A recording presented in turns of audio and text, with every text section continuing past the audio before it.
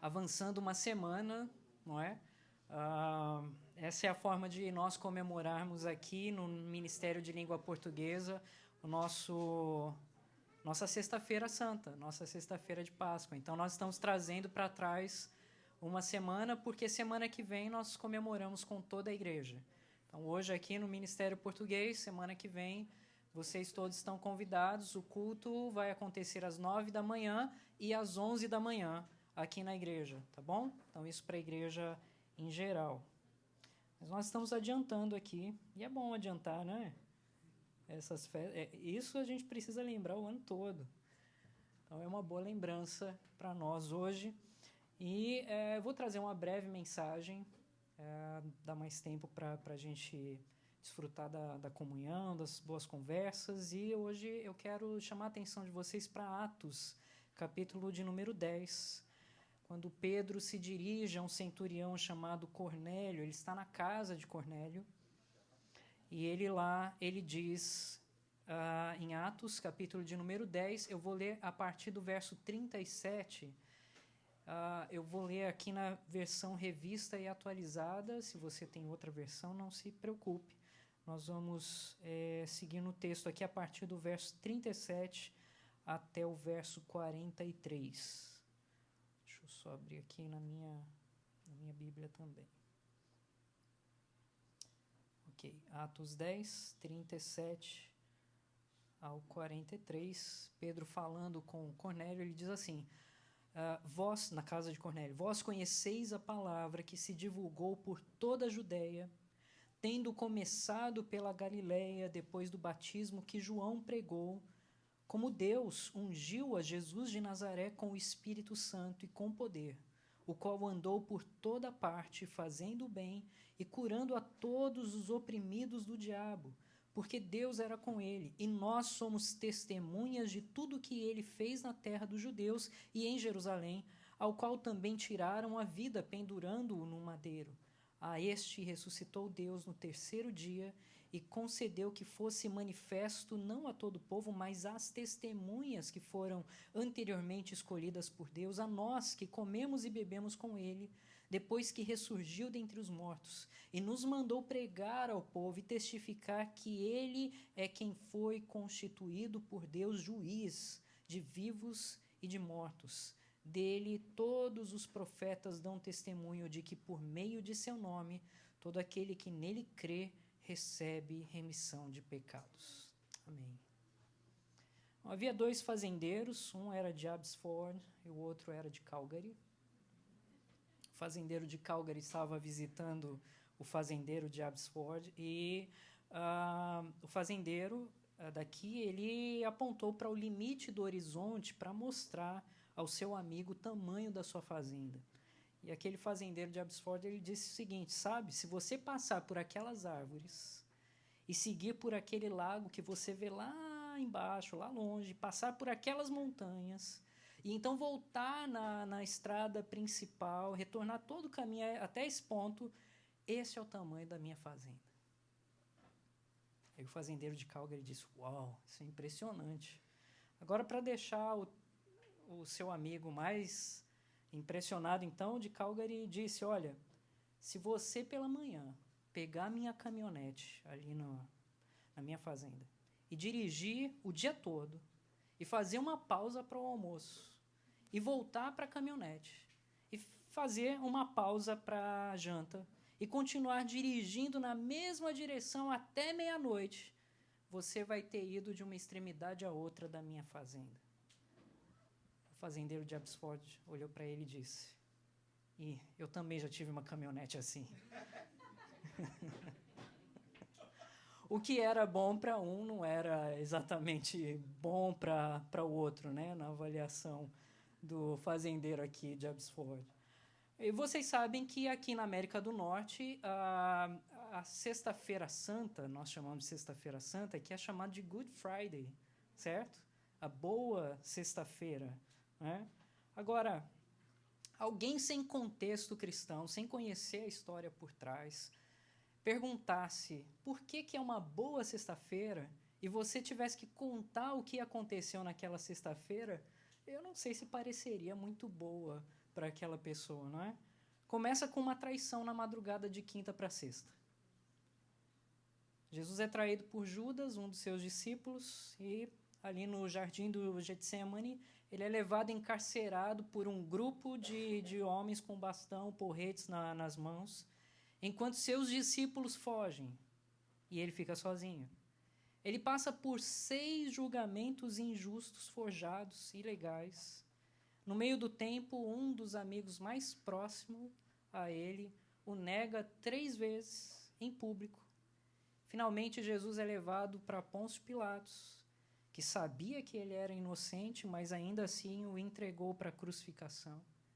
E então Jesus é humilhado, brutalmente espancado, obrigado a carregar a cruz ladeira acima até o Gólgota, onde é crucificado das 9 da manhã até as 3 da tarde. E então ele morre. Sem contar que no meio do caminho acontece uma escuridão inexplicável, onde o céu fica escuro por um tempo, sem nenhum entendimento do que estava acontecendo, e de repente acontece um terremoto também na região. Uau! Então veja, traição, um inocente preso, julgado, espancado e morto, escuridão, terremoto, juntando tudo isso, para alguém sem contexto do que está acontecendo, não ia dizer, olha, isso é uma boa sexta-feira, Good Friday. O que há, então, de bom na boa sexta-feira? Para alguém que tem o entendimento do que Deus está fazendo, o quadro muda. Porque ali você percebe que há um projeto, um plano de Deus, há um Deus que está determinado em trazer salvação ao seu povo. E um Deus que é perfeito vai trazer salvação para um povo imperfeito. Um Deus que é santo, que vai trazer salvação para pecadores. E ele levanta, então, alguém para receber a penalidade no nosso lugar, e este alguém é o seu próprio Filho, Jesus, o nosso Salvador. Bom, nós estamos convencidos, eu acredito, todos nós, sobre a nossa situação de pecado. Nós pecamos contra Deus, nós somos pecadores em nossa natureza, é isso que nós fazemos. E assim, na Sexta-feira Santa, a morte de Cristo, ela foi necessária. Aquilo que alguns teólogos chamam de aplacar a ira de um Deus santo contra o pecado. E ele se coloca ali de forma graciosa para conceder vida a qualquer que nele cresce, daquele momento em diante. Essa é, então, a boa notícia do Evangelho. É claro, nós também sabemos que aquele não é o fim da história. Ali é a sexta, o domingo ainda está para vir. Então, ainda a história está para continuar. Mas ali nós temos o centro das boas notícias, da boa nova do Evangelho. E por que a Sexta-feira Santa, então, é uma sexta-feira boa, é uma Good Friday? Porque ela aponta para uma boa pessoa, porque ela aponta para um bom plano e porque ela aponta para um bom propósito. É isso que nós vamos ver. Uma boa pessoa, um bom plano e um bom propósito. Então, em primeiro lugar, quero mostrar para vocês a boa pessoa. Verso 37 e 38, Pedro diz assim: andou por toda parte, fazendo bem e curando a todos os oprimidos do diabo. Ninguém é maior quando se trata da personificação de tudo que é bom. Ninguém é maior do que Jesus Cristo. Ele é a pessoa boa por excelência. Ele é o padrão máximo da personificação do que é a pessoa boa. E isso se mostra de várias maneiras. Natanael, quando se fala dele, ele fala assim, de Nazaré pode sair alguma coisa boa? E então Filipe vira para ele e diz, venha e veja. E ele vai, e ele vê. Na primeira conversa, ele fica impactado com isso. Em um momento, um jovem rico vem até ele, se coloca diante dele e diz assim, bom mestre. E Jesus para a conversa porque ele quer desafiar o coração daquele jovem e ele traz uma resposta que É estranho em um primeiro momento, ele diz assim, por que me chamas bom? Bom é somente um, e este é Deus. É claro, aquela resposta enigmática, ela tinha um propósito maior de costurar o coração daquele jovem para saber sobre a própria natureza do jovem, não de Cristo. Porque das duas uma, ou Jesus estava dizendo que ele não é bom, ou Jesus estava dizendo que ele é Deus. Eu fico com a segunda opção. Porque isso faz mais sentido dentro do contexto. Agora, Jesus estava falando algo sobre ele, mas ao mesmo tempo ele estava falando algo sobre todos nós. Ninguém é bom senão Deus. Quantas vezes você já ouviu as pessoas dizerem por aí, né? Não, mas eu sou boa pessoa, né? Sou gente boa. Chegar lá na porta do céu, lá, quem é que não vai me aceitar? Não é? Olha, quanta coisa boa eu já fiz. Não sou bom o suficiente para chegar no céu? Como assim? Agora, a questão é, você é tão bom quanto Deus se você colocar-se diante de um Deus santíssimo, pleno em santidade, perfeito nos seus caminhos.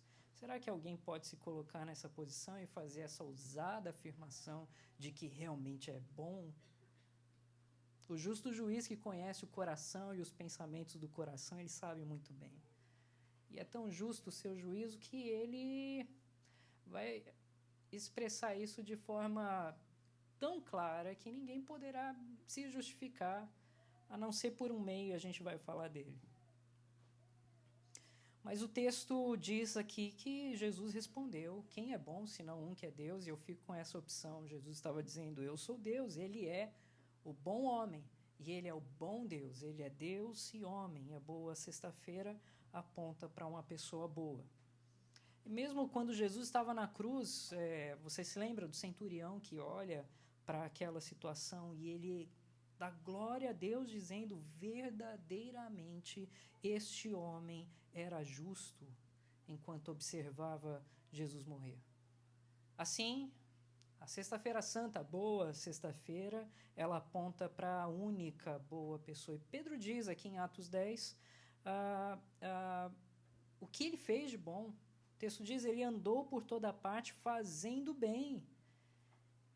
E nos diz especificamente algumas coisas que ele fez. Ele andou por toda parte fazendo bem, curando a todos os oprimidos do diabo, porque Deus era com ele, Deus Pai era com ele. Eu amo o fato de que o livro de Atos foi escrito por Lucas, aquele que escreveu o Evangelho de Lucas. Ele continua, de alguma forma, o Evangelho. E se você sabe ali do começo do Evangelho de Lucas, Lucas se apresenta como um médico, ou seja, alguém que conhece as artes da medicina, e este é alguém que registra impactado as obras milagrosas que Jesus faz. Ele olha para aquilo e ele fala, ele vem curando todos os enfermos e oprimidos do diabo. Um médico olhando para isso e falando, uau, ele vem curando os enfermos e oprimidos do diabo. E este é um grande contraste, não é? Entre o que o diabo faz na vida das pessoas e o que Jesus faz na vida das pessoas. A Bíblia diz que o diabo, ele vem como um ladrão para roubar, para matar, para destruir, mas a Bíblia diz sobre Jesus, eu vim para dar vida eterna, vida em abundância para aquele que crê. Então, que contraste, não é? Poderoso entre o diabo e Jesus. O diabo tira de você, Jesus entrega. O diabo, ele vai para te lesar, Jesus vai para te abençoar com abundância. Assim, a boa sexta-feira aponta para uma boa pessoa. E uma boa pessoa que não só se declara assim, mas ele realiza, ele faz, ele mostra, ele revela o porquê ele é assim. Ele continua fazendo isso hoje, aliás. Ele continua fazendo isso hoje, todo tempo, em todo lugar. Bom, a segunda coisa é que aponta para um bom plano. No verso 39, Pedro diz a Cornélio, o centurião, E nós somos testemunhas de tudo o que ele fez na terra dos judeus e em Jerusalém, ao qual também tiraram a vida pendurando-o no madeiro. Qual era o bom plano de Deus? O bom plano de Deus era tornar Jesus a única verdadeiramente boa pessoa, tornar ele o substituto por todos nós pecadores. Esse era o plano dele. Esse é o bom plano de Deus. Jesus foi a única pessoa que viveu perfeitamente e tinha que ser assim. Ele viveu sem pecado, a Bíblia diz, sem mancha, para que ele pudesse morrer uma morte expiatória, para que ele pudesse ser o perfeito substituto. E esse é o plano do Senhor, a plena substituição. Substituição por todas as pessoas que não são boas, as pessoas más como nós. Eu sei que dói dizer isso, não é? Mas a gente precisa reconhecer em nós mesmos o fato de que somos todos pecadores. E esse é o plano da substituição. Jesus poderia dizer: se você crer em mim e me receber como seu Senhor e Salvador pessoal, não importa o que você tenha feito, não importa o que você tenha vivido, quais foram os seus pensamentos, por onde foi o seu caminho, se você me receber como Senhor e Salvador, você é tornado justo, porque eu vim para te substituir. Me tornei maldito em seu lugar. Se você crer em mim, diz Jesus, você recebe a vida eterna. E já que o salário do pecado é a morte já não tem mais efeito sobre você. Pedro expressou isso de uma forma poderosa na primeira carta, quando ele diz no capítulo 3, pois também Cristo morreu uma única vez pelos pecados, o justo pelos injustos, para conduzir-vos a Deus. O justo pelos injustos, para conduzir-vos a Deus. Aí está, o justo pelos injustos, o perfeito pelos imperfeitos, o santo pelos ímpios, o sem pecado pelos pecadores, a boa pessoa pelas más pessoas. Esse é o bom plano de Deus para nós. Um dos meus versículos favoritos da Escritura sobre isso é a segunda carta de Coríntios, capítulo 5, verso 21, que diz assim: aquele que não conheceu o pecado se fez pecado por nós, para que nele fôssemos feitos justiça de Deus. Uau! Aquele que não conheceu o pecado se fez pecado por nós, para que nele nós fôssemos feitos justiça de Deus. Em outras palavras, Deus Pai decidiu tratar Jesus como culpado, para que ele então pudesse nos tratar como Jesus deveria ser tratado, como filhos, como dele. O Pai tratou Jesus como nós merecíamos, para que ele pudesse nos tratar como Jesus merece. E Deus fez daquele que não conheceu o pecado, pecado por nós, para que nós fôssemos feitos justiça de Deus. Louvado seja Deus. Isaías 53 diz assim: certamente ele tomou sobre si as nossas enfermidades e as nossas dores levou sobre si. Ele foi traspassado pelas nossas transgressões e moído pelas nossas iniquidades.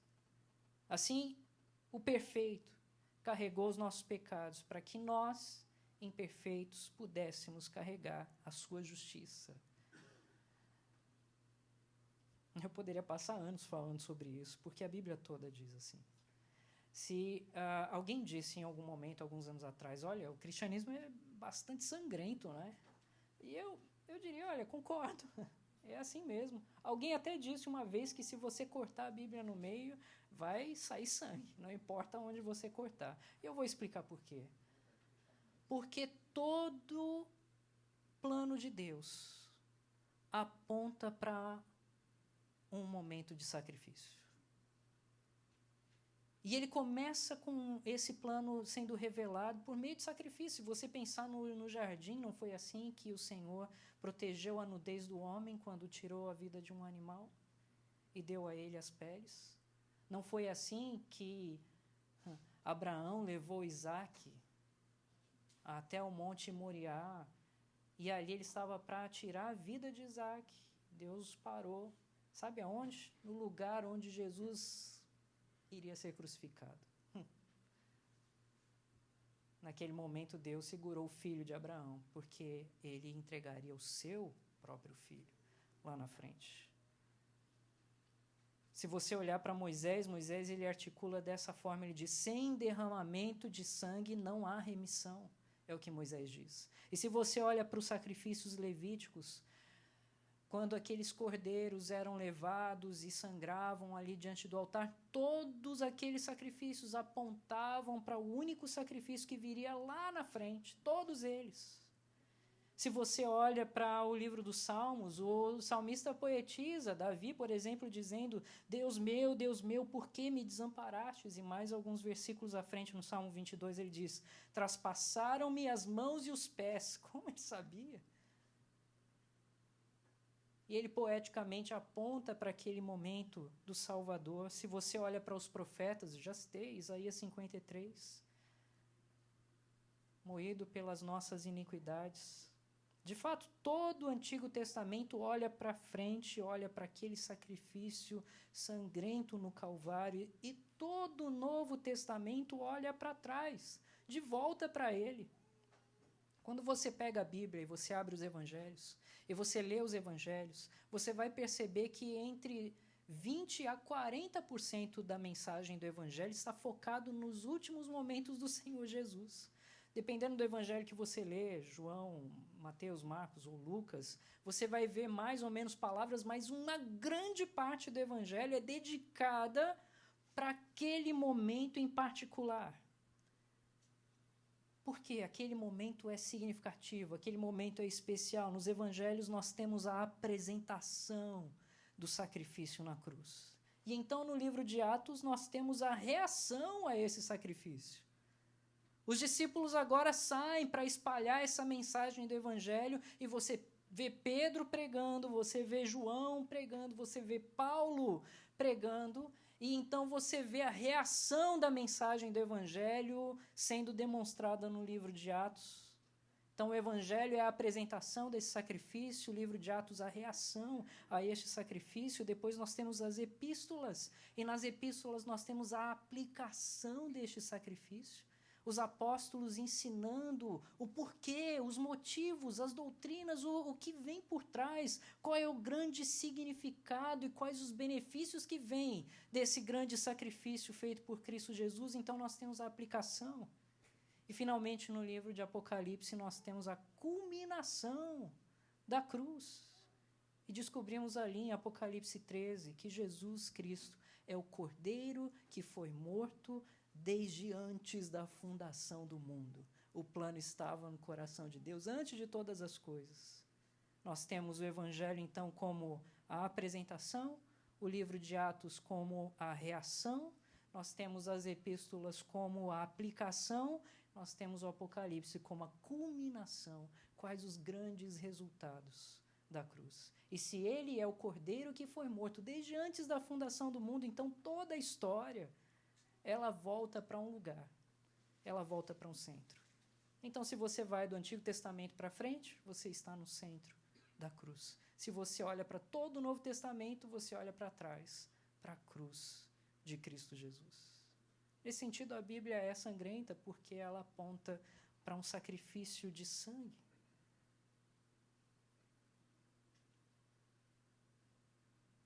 Então, por que a sexta-feira é boa? Porque essa é uma boa sexta-feira? Porque aponta para uma boa pessoa e aponta para um bom plano. E em terceiro e último lugar, porque aponta para um bom propósito. Pedro diz, a este ressuscitou Deus no terceiro dia e concedeu que fosse manifesto não a todo o povo, mas às testemunhas que foram anteriormente escolhidas por Deus, a nós que comemos e bebemos com ele, depois que ressurgiu dentre os mortos. E nos mandou pregar ao povo e testificar que ele é quem foi constituído por Deus, juiz de vivos e de mortos. Dele, todos os profetas dão testemunho de que, por meio de seu nome, todo aquele que nele crê recebe remissão de pecados.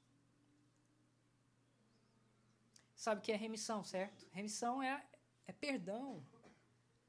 É tirar fora, é libertar. Esse é o propósito de Deus. Então, a pessoa de Deus, Jesus. O plano de Deus, substituição. O propósito de Deus, perdão. Quando você olha para Cristo, quando você o recebe, quando você crê nele, quando você segue a este Jesus, a promessa é que você recebe o perdão dos seus pecados. Não importa quais sejam, você recebe o perdão, a libertação desses pecados. Você se lembra quais foram as primeiras palavras de Jesus na cruz, quando ele foi levantado? O que ele disse? Ele olhou para aquela multidão e disse: Pai, perdoa-lhes. Uau! Uau! Pai, perdoa-lhes. Porque essas são as primeiras palavras. Porque, olha, é o que nós todos precisamos. Perdoa-lhes.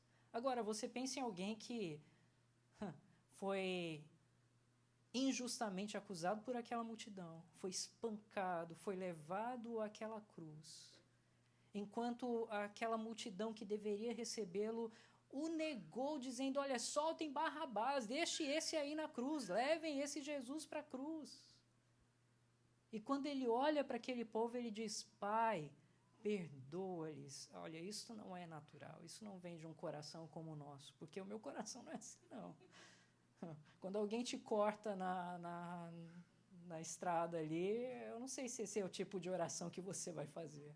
Quando você está no estacionamento do Costco e alguém cruza o seu lugar ali, você tem aquela vaga e a pessoa te para e entra na frente. Eu tenho vontade de fazer algumas orações, mas elas iriam envolver coisa como um pneu furado ou outras coisas mais. Eu até fico um pouco aliviado, porque se você olha para o livro dos Salmos, há aquelas orações imprecatórias, não é? Aquelas orações que são pesadas, onde o salmista fala de coisas que estão no coração. Há um Salmo 58, que diz assim: ó Deus, quebra-lhes os dentes da boca. E aí você vai sublinhar na sua Bíblia esse versículo, né? Quebra-lhes os dentes da boca. Olha, eu vou fazer disso a minha oração. Mas não é o que Jesus faz na cruz. Ele olha para aquela multidão e ele diz: Pai, perdoa-lhes. E por que ele diz isso? Ele sabe que essa é a nossa maior necessidade, a maior necessidade daqueles homens, da humanidade nossa, é ser perdoado diante de um Deus Santíssimo que, não por acaso, é o determinador da realidade, da moralidade, do que é certo e do que é errado. Ele é o justo juiz. Assim, em vez de dizer: Pai, julga-os, ou então dizer naquele momento: olha, daqui a 3 dias me esperem, vocês vão ver. Não é? Jesus, ele não diz isso, ele diz: Pai, perdoa-lhes. O que nos alegra saber é que a morte de Cristo não é o fim da história. A sua morte é o tema da história. Porque através da sua morte é que eu posso receber perdão. É através da morte dele que você pode receber perdão. Então, por que é uma boa sexta-feira? Porque aponta para uma boa pessoa. Por que é uma boa sexta-feira? Porque aponta para um bom plano.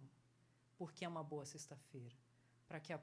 Porque aponta para um bom propósito.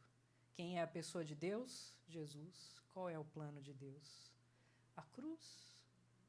Qual é o propósito de Deus? O perdão. O perdão. E se você crê nesse Senhor, e você olha para esse momento do ano, que nós nos lembramos mais particularmente disso, olha, seu coração precisa celebrar com muita alegria. Para mim é a grande festa, é o grande momento, é a grande... A história toda se foca neste lugar, se junta nesse lugar e se divide nesse lugar. E é bom que você esteja do lado daqueles que creem, porque a estes é dado a promessa de salvação. Então, os acontecimentos daquela sexta-feira, boa sexta-feira, estão no centro da mensagem do Evangelho. Sabe o que que significa evangelho? Boas novas, boas notícias. Este é o significado de evangelho. Boas notícias. Por que é uma boa sexta-feira? Porque traz consigo a boa notícia do evangelho. Qual é a boa notícia? Você tem um substituto perfeito diante de um Deus santo. E este é o Senhor Jesus. Ele morre na cruz pelo teu lugar, no teu lugar. E ele olha para você e diz, se você crer em mim e me receber como Senhor da sua vida, você recebe a vida eterna. Então essa é a boa notícia. Se você já crê no Senhor, celebre. Se você ainda não crê, corra para o Senhor Jesus. Corra para o Senhor Jesus. Creia no Senhor Jesus, se entregue a Ele. Ame ao Senhor Jesus, receba-o como Senhor de sua vida. Faça dele este pleno e verdadeiro substituto. Não há outro nome dado aos homens pelo qual se pode haver salvação. Não há outro nome dado entre os homens que pode levar alguém na presença do Deus Criador do céu e da terra. O seu nome é Jesus. Corra para Ele, venha para Ele, celebre conosco. Celebre conosco como parte do corpo de Cristo, daqueles que são salvos em sua bondosa salvação. Se você, então, está com Ele, celebre. Se você não está, corra. Não importa o que você já fez, não importa quais foram seus pensamentos, quais foram as suas lutas, Ele te chama. Não é por acaso que você está entre nós essa noite. Corra para o Senhor Jesus e receba dele o perdão e a boa vida abundante que Ele dá e promete a todo aquele que nele crê. Porque é uma boa sexta-feira, tem coisas boas aí, não é? Uma boa pessoa, um bom plano, um bom propósito, boa nova, uma boa notícia. E a boa notícia é a notícia de salvação. Que o Senhor encha o nosso coração com essa celebração. Isso aqui é só o começo. A gente está esquentando, né, os motores aqui. Durante a semana eu quero que você celebre isso. Durante esses dias todos, encha o seu coração com a presença do Salvador. Lembre-se, acorde, não deixe isso passar, não. Não deixe a segunda-feira cheia de compromisso, a quarta-feira à noite toda bagunçada, a quinta-feira de manhã da exaustão, te desviar a atenção de que você tem um bendito Salvador e toda a história está vinculada àquele ponto que nós celebramos nesses dias. Celebre então com alegria, volte-se para o Senhor. Encha o teu coração com a alegria da salvação e diga, olha, eu quero ver a boa sexta-feira, mas eu quero ver a boa segunda, terça, quarta, quinta, sexta, sábado, domingo. Eu quero ver a minha vida boa na presença do Senhor. Que o Senhor te abençoe assim, que o Senhor nos abençoe assim. Corra para o Senhor Jesus. Essa é a nossa oração. Vamos orar. Pai Santo, nós te agradecemos, ó Deus, por este momento de celebração, te agradecemos, ó Pai, por nos trazer a lembrança, ó Deus, aquilo que poderosamente o nosso Salvador fez na cruz por nós. Ó Deus, obrigado por nos tornar teus filhos. Obrigado, ó Deus, por receber nós todos tão pecadores, tão cheios de trevas em nosso coração, tão, ó Deus, cheios de maldades, pensamentos que não te agradam, ó Deus, aquilo que vai contrário à tua vontade. Ó Deus, o Senhor vem na tua misericórdia até nós, ó Pai, nos tira da escuridão e levanta-nos, ó Deus, até o reino da tua luz, não porque somos bons, não porque temos nada, mas porque o Senhor é bom e porque a sua graça vem sobre nós. Ó Deus, a sua misericórdia repousa sobre aqueles que ouvem a tua mensagem, ó Deus, e creem neste Salvador.